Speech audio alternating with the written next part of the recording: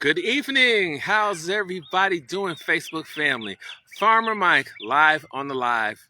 But before I go in on this master class, don't forget to stop by our YouTube channel, Ophelia's Blue Vine Farm on YouTube. We've got close to 300 videos all dedicated to urban farming, all educational videos. If you want to know how to be the ultimate urban gardener, the number one urban gardener in your community, go to our Facebook channel, Ophelia's Blue Vine Farm on Facebook. That's Ophelia's Blue Vine Farm. That's Ophelia's Blue Vine Farm, named after my grandmother. So here today, just reflecting what an awesome day we had, what a great week we had here. Still ahead of the game. It's very hot today, very, very hot. We had to go down deep, deep, deep into the soul and ask the question, really ponder, how bad do we want it? Do we want it as bad as we want to breathe? I think we do. And so we spent a good part of the day checking on the bees. They're producing a great deal of honey. The hives look healthy, although we saw a varroa mite in one of the hives, so that could eventually take out that colony. So we have to stay on top of that. We have to stay on top of the game and treat for that a little bit later in the season. But the honey looks good. Hadn't tasted it because I had the suit on.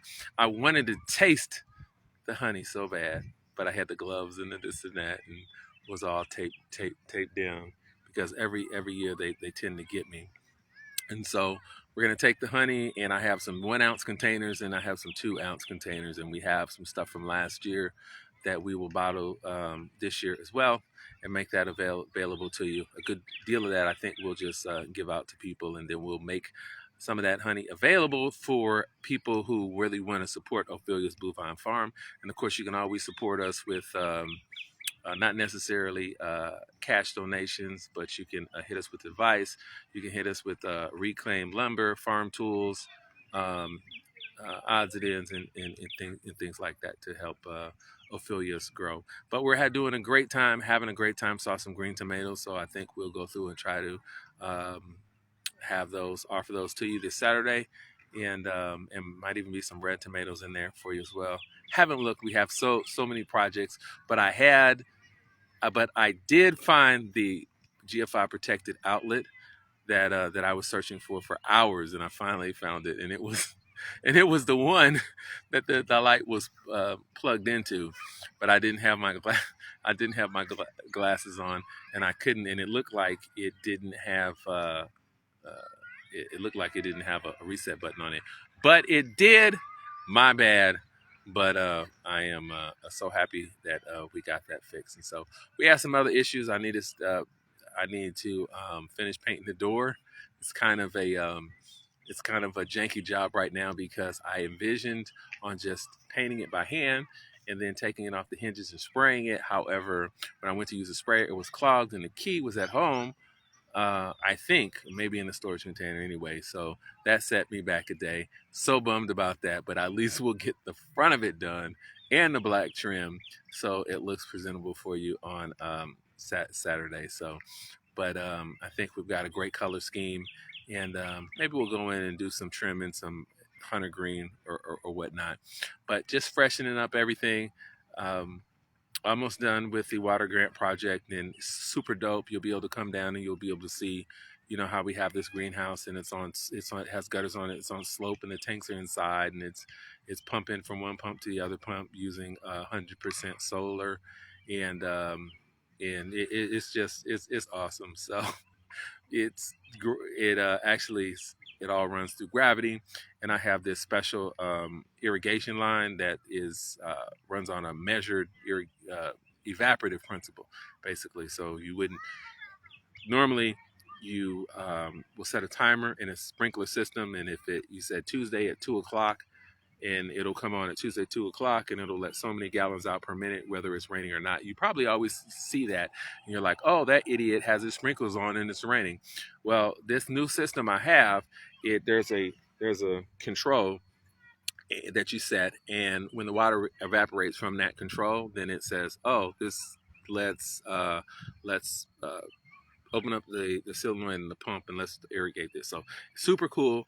It is designed by a guy outside the United States. I got that from, but it's designed to be able to walk away from your garden or your farm and not having to worry about water if you have a pond or a tank for very long periods of time. So super dope. You'll get a chance to see that and some other things at Ophelia's Blue Vine Farm this season. So I hope you enjoyed this video. Trying to think, is there anything else that I need to mention? Any other projects we are working on?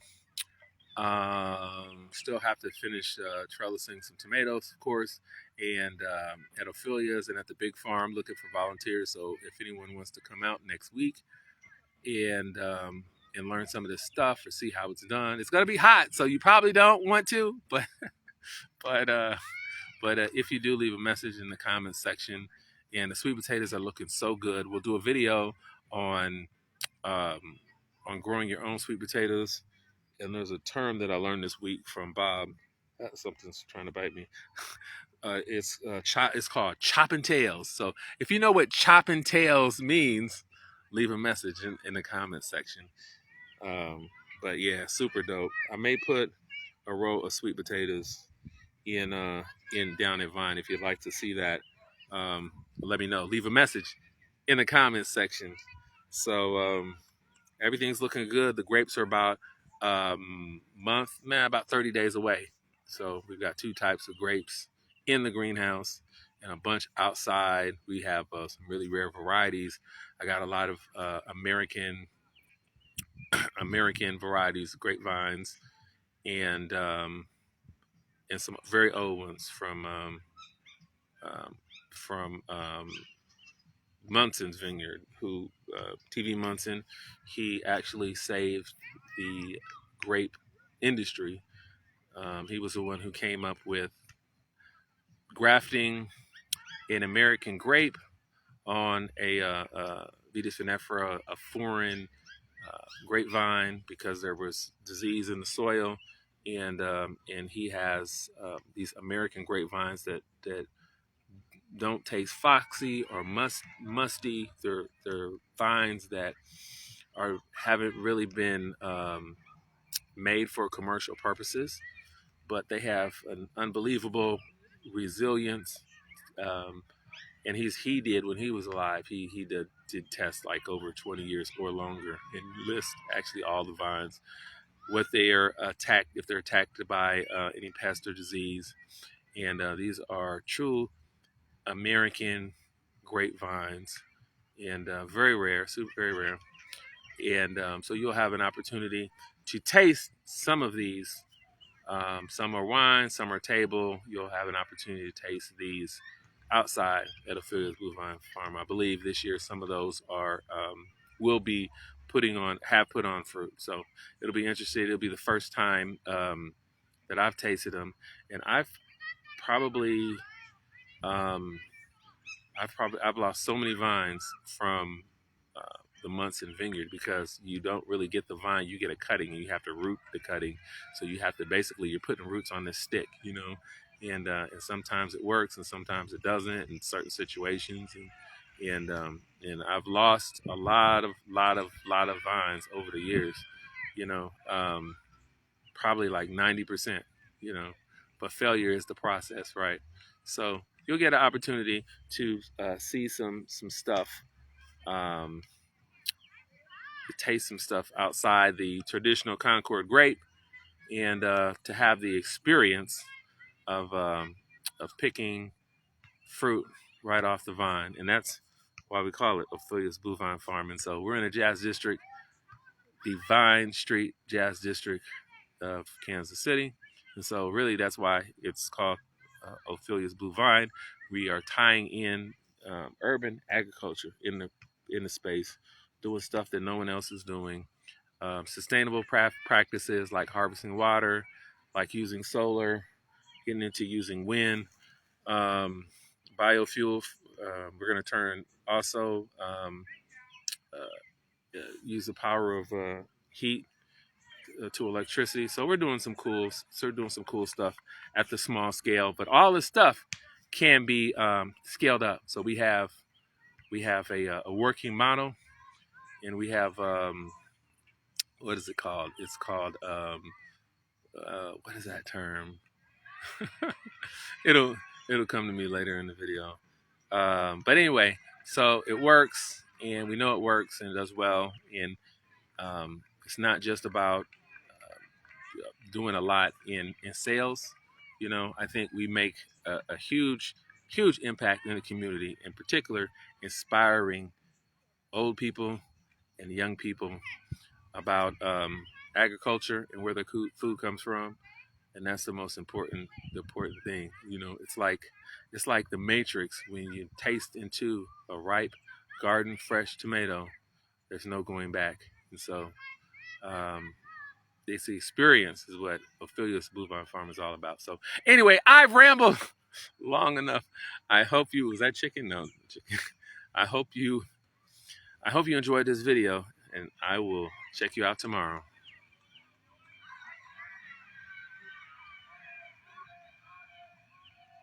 Or maybe not if I can't get this button to. So I'll just continue to talk. Is this thing even on? I love it how it shows. It never shows if people are watching or not. It just says live. So I'm hoping you can hear me. I'm hoping the connection's working. I'm not sure what's going on with the stories. How sometimes the audio was not there. That's not my bad. That's a Facebook thing. So if I don't know, maybe they're trying to suppress my speech. I don't know what's up with that. But anyway, if the video doesn't have audio with it, they'll put the audio caption. And so I'm telling you in the audio caption, if you're reading this without words, that click on the link to take you to the full video. So anyway, I've rambled long enough. I hope you have enjoyed this update, and check out some of the videos for today, some of the videos we've done from this week, especially the ones with Bob and Mrs. Ford. I think you'll be entertained, informed, and all of that. We're doing some great stuff. The imagery that is just not out there when it comes to urban farmers or black resilient farmers. So I will see you in the next video.